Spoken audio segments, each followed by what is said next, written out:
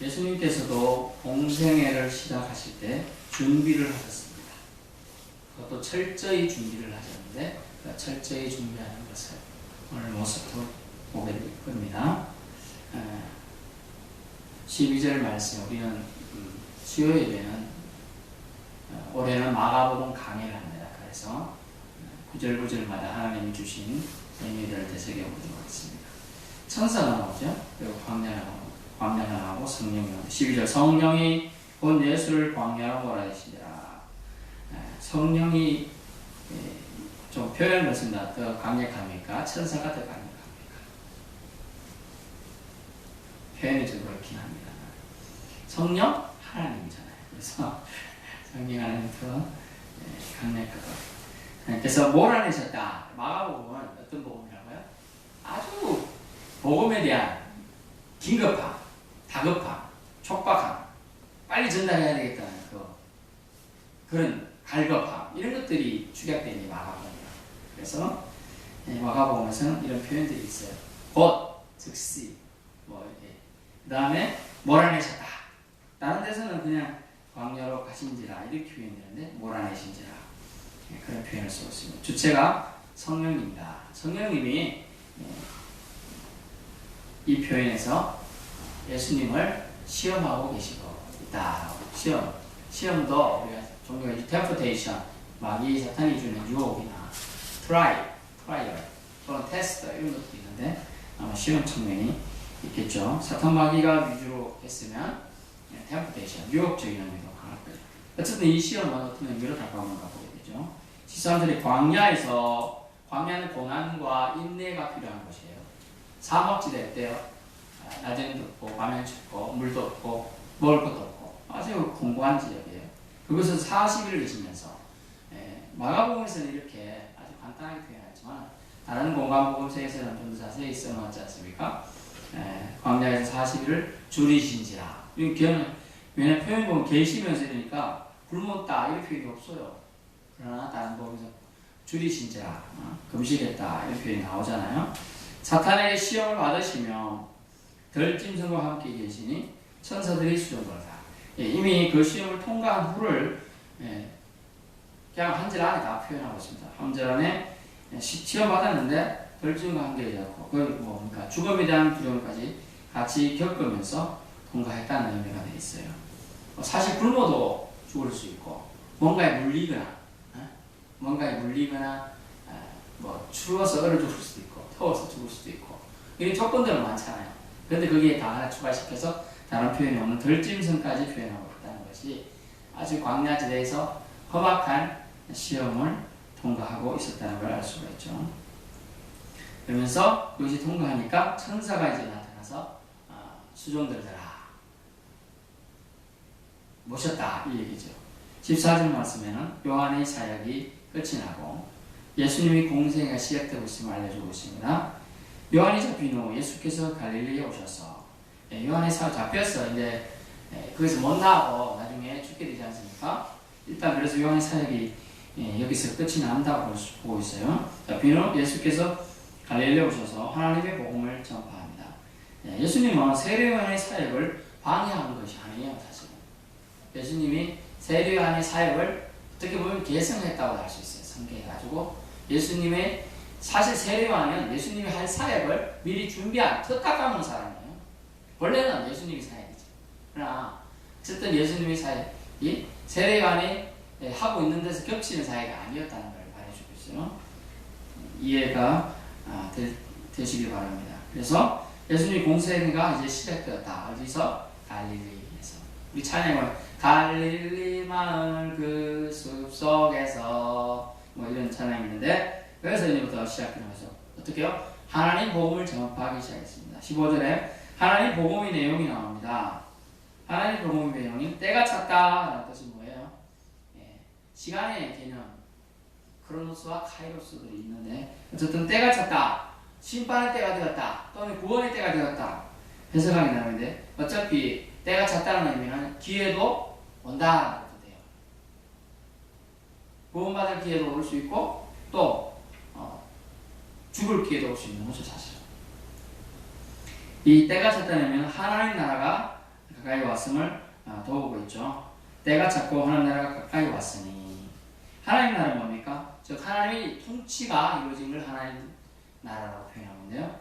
영적으로 하나님께서 통치하시고 그의 권위가 미치는, 즉 그의 권위의 영향력이 도달하는 곳을 하나님 나라라고 합니다. 그래서 권위와 지배적인 의미로 하나님 나라라는 의미를 사용하고 있습니다. 그러나 하나님 나라는 누구나 들어갈 수 있는 것은 아니다라는 걸 알 수가 있어요. 왜냐하면 그 뒷부분 나오죠. 회개하고 복음을 믿으라 이 단어가 써져 있어요. 결국은 하나님 나라를 소유하고 누릴 수 있으려면 첫 번째 조건이 있어야 되는데 그것이 회개하는 자야 들어갈 수 있다. 회개하는 자가 들어갈 수 있다. 메타노이라는 단어가 회개라는 단어인데요. 마음의 회개가 제일 먼저 일어나고요. 그 다음에 양심이나 반응적인 측면에서 후회가 일어납니다. 양심이 맞췄던 것이고요. 그 다음에 행동의 변화가 따라야 돼요. 사실 회개, 돌이켜야 된다. 그것이 회개하는 자. 회개하고 그냥 간단히 뉘우치는 정도가 아니에요. 마음에서 완전히 돌이키기라 결단하고 양심과 후회가 밀려오고 우리가 죄를 지고 예수를 믿으면요. 제일 먼저 뭐가 오냐? 죄에 대한 회개가 와요. 내가 죄인이었구나. 그 다음에 그 죄인을 가지고 뉘우치게 되죠. 그리고 행동의 변화. 내가 죄인이어서 돌이켜서 깨끗하고 정함을 받은 보혈이 필요해서 우리가 죄 짓던 옛날의 모습에서 돌이키게 된다는 행동 변화가 온다는 뜻입니다. 그 다음에 뭐냐면 회개하고 복음을 믿으라잖아요. 15절에 복음을 믿는 것 이것이 하나님 나라에 들어갈 자, 하나님 나라를 누릴 수 있는 자다. 복음을 믿는 것이 뭡니까? 예수 그리스도가 제가 표현을 잘못했네요. 예수님이 그리스도이심을 믿는 것, 예수님이 메시아이심을 믿는 것, 예수님이 700여 년 전에 예언된 또 하나님이 구속의 계획하신 바에 포함된 그 주인공임을 믿는 것 이것이 복음이라는 거죠. 결국 예수님을 믿으면 구원을 받는 것, 영생을 얻는 것 이것이 복음이라고 말해주고 있습니다. 16절 말씀 보면 공생의 시작을 할 때 무슨 일을 하고 있느냐 해변으로 가시다가 시몬과 그 형제 안드레가 바다에 그물 던지는 것을 보시니 그는 어우라 공생을 시작합니다. 그러면서 제일 먼저 예수님은 일을 함에 있어서 하나님의 일을 함에 있어서 뭘 하시느냐 사람들을 선택했는데요. 사람들을 선택했는데 자기의 일을 확장하기 위해서요. 결국 뭐냐면 하나님의 뜻을 완전히 세우시기 위해서 일하신다. 공생의 시작 사람들을 제일 먼저 부르셨습니다. 즉 제자로 부르시죠. 시몬과 안드레를 제일 먼저 부르셨고요. 그 부르심에는 특징이 있는데 뭐냐면 17절 예수께 있을 때 사람 부를 때 아주 예수님은 간단히 부르시죠. 나를 따라오라. 그 다음에 내가 너희로 사랑을 닦는 어부가 되게 하리라. 이 두 마디로 사람을 부르셨어요. 소명을 주셨다는 걸 알 수가 있죠. 이 부르심의 단순성 이것이 예수님이 사람들을 제자로 부를 때 초청할 때 이거요. 또 사람들을 구원으로 초대할 때도 예수님은 단순히 간단히 수고하고 무거운 짐진 자들아 다 내게 오라. 내가 너를 쉬게 하리라. 라고 해서 심으로의 초대를 통하여 수많은 눌린 자들, 포로된 자들, 압제받는 자들을 그들을 초대하는 심으로. 내가 너에게 뭘 주겠다. 이게 아니고요. 그냥 심으로 초대를 통하여 그들을 해방시켜 주는 것이 예수님이 사람을 초대한 방식이고 사람의 마음을 하나님께 향하게 하는 방법이었다는 걸 알 수 있어요. 부르심의 단순성을 우리는 지금 말씀을 하고 있는 겁니다. 부르심의 단순성. 즉 나를 따르라. 제자가 되라. 그 얘기는 엄청 어려운 단어예요. 나를 따른다는 의미는 나를 따른다는 나 주님 외에는 다른 것은 무가치하게 보는 그런 면이 있어야 한다는 거죠. 또 사람을 어부가 되리라는 얘기는 너희로 다시 전도자로 삼겠다. 즉 영혼 추수꾼으로 삼겠다는 의미가 들어가 있는 겁니다.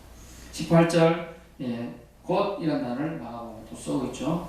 18절 곧 즉시 급박서 사건의 임박서 예수님이 오셔가지고 하시는 일의 다급성 곧 빨리 이루어져야 된다는 그런 뜻이에요. 그리고 그물을 버려두고 쫓으니라. 그물을 버렸다는 뜻이 뭡니까? 생계를 포기했다. 내가 잘하는 걸 내려놨다는 얘기예요. 내가 잘하는 것입니다. 내가 잘할 수 있는 것을 내려놓았다는 얘기가 그물이다라는 거죠.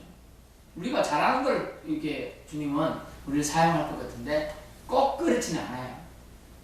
업으면 물고기 잡아가지고 팔면서 이렇게 하고 하면 되는데 그렇게 안 하고 그것을 내려놓게 하신다.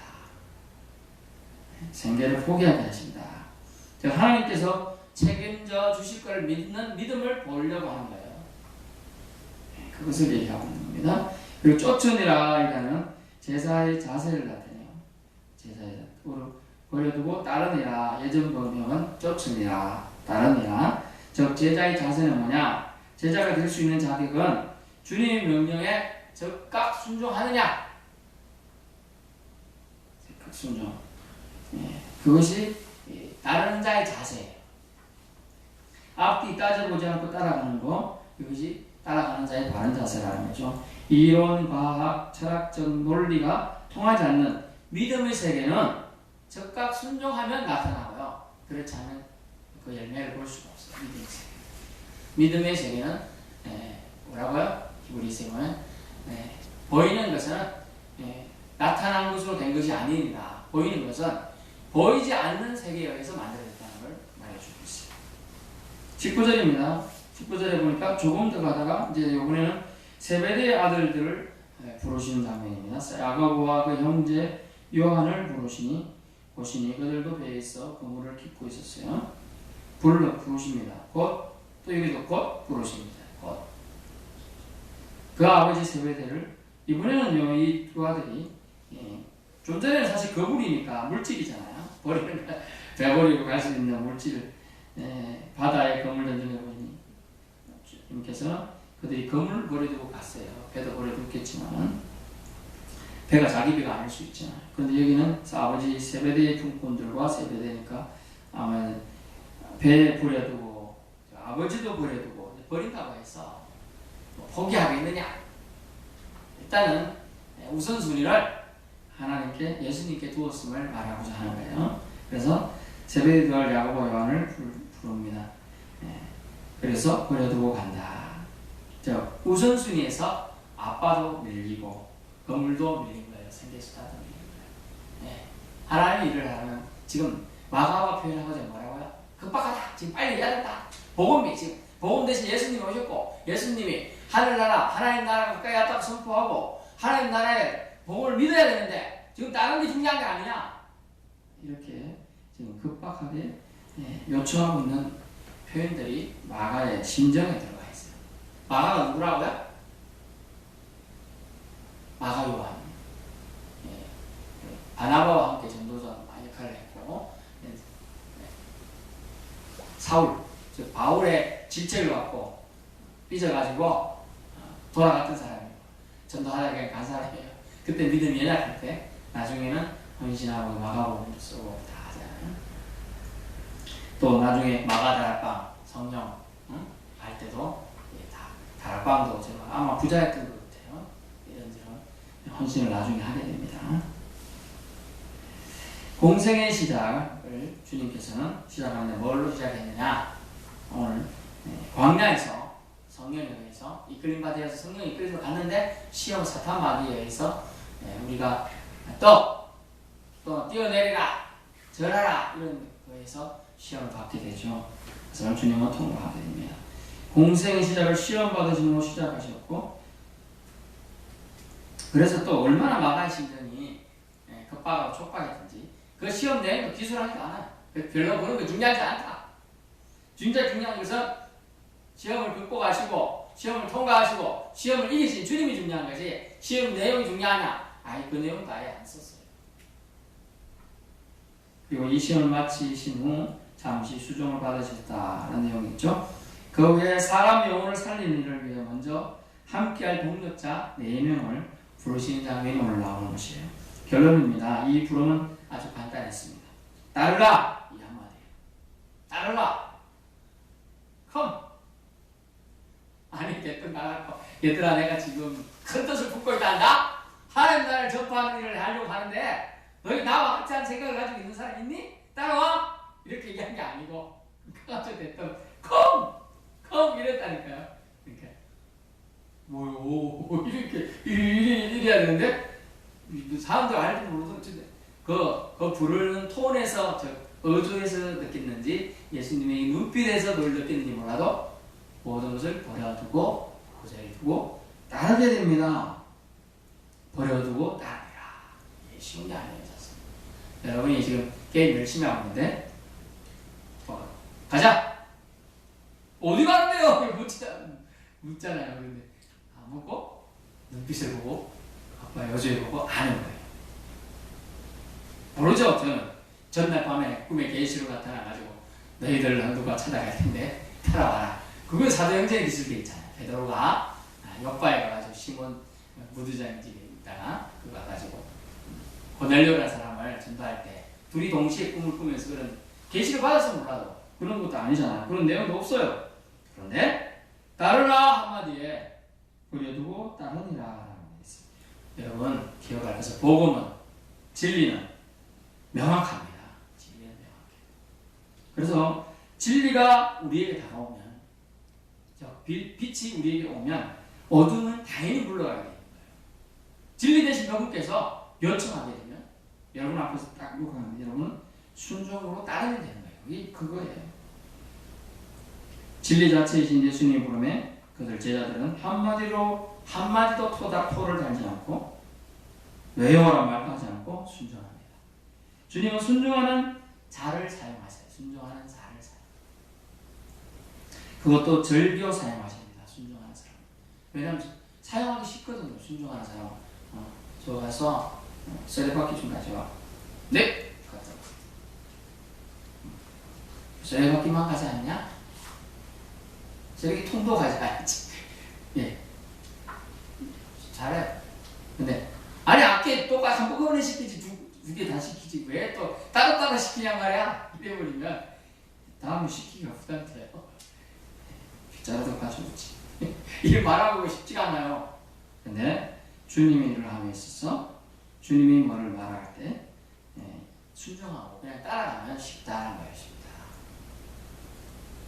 그리고 주님은 이미 그것을 순종하면서 모습 보고 다 의도가 있어요. 주님도 이걸 순종하니까 내가 뭘 더 큰 일도 시켜야겠다. 또 이 일을 통하여 이 사람에게 어떤 축복을 주려고 준비하고 있는 거예요. 그래서 성령 하나님은 나에게 내 이름으로 와서 기도해라. 선물 주려고요. 축복 주려고요. 그런데 기도하지 않아요. 예수님 이름 언급하지도 않아요. 그러면 줄 수가 없는 거예요. 물론 강제로 줄 수 있죠. 있어요. 하지만 그렇게 하지 않는다. 우리 하나님은 성령 하나님도 온유하신 분이에요. 그리고 우리를 아주 철저히 배려하시는 분이에요. 그렇게 하지 않는다. 우리는 어떤 모습이 강한가요? 주님이 요청하시거나 할 때 순종자의 모습인가요? 아니면 반발하며 왜라고 질문하는 모습이 어떤 모습이 더 강한가요? 생각해 보실 수 있기 바랍니다. 부르심도 단순했으며 대답도 단순했음을 알 수가 있어요. 대답 자체도 없잖아요. 그냥 부려두고 따르기야. 순종에 말이 필요 없는 거예요. 사실은. 왜요? 종은 심정이 되면 순종할 수 있으니까요. 종인데 종은 자아 또 자기 생각이 필요 없는 거예요. 자기 생각. 사자는 뭡니까? 사자. 라이언 아니고요. 이게 성경이 말하는 사자는 대부분 메신저로 나오죠. 메신저는 주님이 전달하라고 하면 그 말 그대로 토시 하나 안 틀리고 가서 전달하는 게 메신저예요. 그 얘기를 하고 있는 겁니다. 그래서 진리의 길이 명쾌함을 오히려 오늘 알 수가 있어요. 진리 대신 주님을 만났을 때 주님은 그 다른 자들에게 명쾌하게 진리입니다. 그냥 주인님인 거예요. 그래서 따르라 하니까 그냥 버려두고 따를 수가 있는 거예요. 그렇지 않으면 주님께서는 당신의 길을 다른 뭔가를 통해서 다르게 하셨었겠죠. 하나님은 그러나 그들이 따를 줄을 알고 계셨을 겁니다. 주님은 준비하신 모습들이 있습니다. 요약해드리면 주님은 기도함으로 공생애를 시작하셨고 준비하셨어요. 또한 제자를 부르심으로 또 준비했습니다. 하나님 일과 하나님 쓰시는 사람은 제일 우선순위가 똑똑함이 아니에요. 순종함이에요. 순종함. 그러면 똑똑하다 생각하면 아인슈타인 같은 천재들이 다 세상을 이끌어가야 될 것 같잖아요. 그렇지 않다는 거예요. 순종하는 사람을 통하여 세상은 사실은 운행되고 있어요. 자, 침대 같은 사람이 아무리 뭐 만들려 해도 컴퓨터 사람이 안 움직여 버릴 거예요. 지난 한 어떤 영화에 보니까 쓰레기 대란이다. 쓰레기 대란. 터키인가 어디 나라에 이거 이제 그 있어 어디 쓰레기 없어서 대모를 해서 청소 없어요. 안 청소를 안 해. 청소를 돈을 안 받는데 청소를 안 해. 그 도시 전체가 쓰레기로 꽉 찬 도시가 있어. 왜냐? 물 매립에 어디 가져가서 버려야 되는데 거기서 못 들어오겠어. 너 이쪽에 매립하지 말라 이러니까 버릴 데가 없어서 안수구를 안 해가는 거야. 지금 도시가 그래 완전히 황폐화돼요. 그러다 보니 시민들한테 뇌물을 폭동을 일으키죠. 정부가 도대체 어떻게 하길래, 지방정부가 어떻게 하길래 이 쓰레기 처리를 못해서 이렇게 만들어놨냐. 이제 슬럼가가 되버리고 많은 거예요. 네. 하다못해 쓰레기 청소만 해도 사회가 흔들흔들어. 똑똑한 사람이 움직인다. 물론 그들 위주로 세상을 움직여왔다는 건 사실이에요. 하지만 하나님과 하나님 쓰시는 사람은 제일 우선순위가 똑똑함이 아니에요. 항상 순종하는 사람을 주님은 사용하셨다는 걸 말씀드려요. 그리고 항상 주님은 사람 부르실 때 한가하게 놀고 있는 사람을 부른 적이 잘 없어요. 우리가 좀 한가할 때 불러주면 여유있게 일을 할 수 있을 것 같잖아요. 그리고 수많은 선교사들 나간 사람들이 간증을 들어보면 자기가 한가할 때 불러주면 제가 잘할 거라 생각하고 자기가 돈이 회사 잘 나갈 때 불러줬으면 좋을 것 같은데 그렇지 않다는 거예요. 다 망가지고 아무것도 없을 때 주님을 부르십니다. 또 가지고 있더라도 순종 안 하면 다 없애서라도 불러가신다는 거예요. 주님은 바쁠 때 우리를 찾으세요. 바쁠 때. 우리가 한가할 때 불러주면 좋은데 그렇지 않아요. 우리가 바쁠 때도 주님이 부르신다. 우리가 바쁠 때 우리가 뭔가 열심히 하고 뭔가를 잘할 수 있을 시점에 주님 우리를 불러주신다. 이때 순종 여부에 따라 우리 인생의 방향은 결정된다는 걸 알 수가 있어요. 우리는 하나님을 믿으면 만사가 저절로 잘 풀릴 거라고 생각하고 있습니다. 또 그런 사람이 대부분이죠. 하지만 오늘 본문을 통해서 보면 예수님조차도 철저히 준비하셨음을 알 수가 있어요. 일하시기 전 기도로 준비하셨습니다. 기도로 우리도 준비를 철저히 해야 됩니다. 또한 사람을 선택하여 부르셨어요. 혼자 사는 사회가 아닙니다. 동력하기를 주님은 절개하셨어요. 자신이 모든 일을 할 수 있어요. 예수님은. 그렇지만 계속 지속적으로 일하려면 동력이 필요합니다. 그것을 분업의 원리라고 하죠. 그리고 그것을 하면 상승 효과가 나타납니다. 그래서 일을 더 잘 되게 하는 거죠. 누군가 후학자, 제자를 세우는 것 역시 우리의 임무임을 보여줘요. 이것을 통해서 작게는 가정을 통해서 자녀를, 교회를 통해서 참 신자를 키워야 하는 것이 우리의 임무라는 것이죠. 우리도 준비를 잘 해가지고 하나님께 즐겁게 쓰임받아야 될 줄로 믿습니다. 또한 세상도 넉넉히 이겨내는데 준비의 혜택을 우리가 보아야 한다는 것이죠. 그러므로 오늘 말씀의 제목은 예수님도 준비를 철저히 하셨다. 그러므로 우리도 준비를 철저히 해서 주님의 쓰시기에 합당한 그릇이 되어야 되겠다는 것을 오늘 말씀의 교훈으로 전해드립니다. 기도하겠습니다. 사랑해 주님 감사합니다.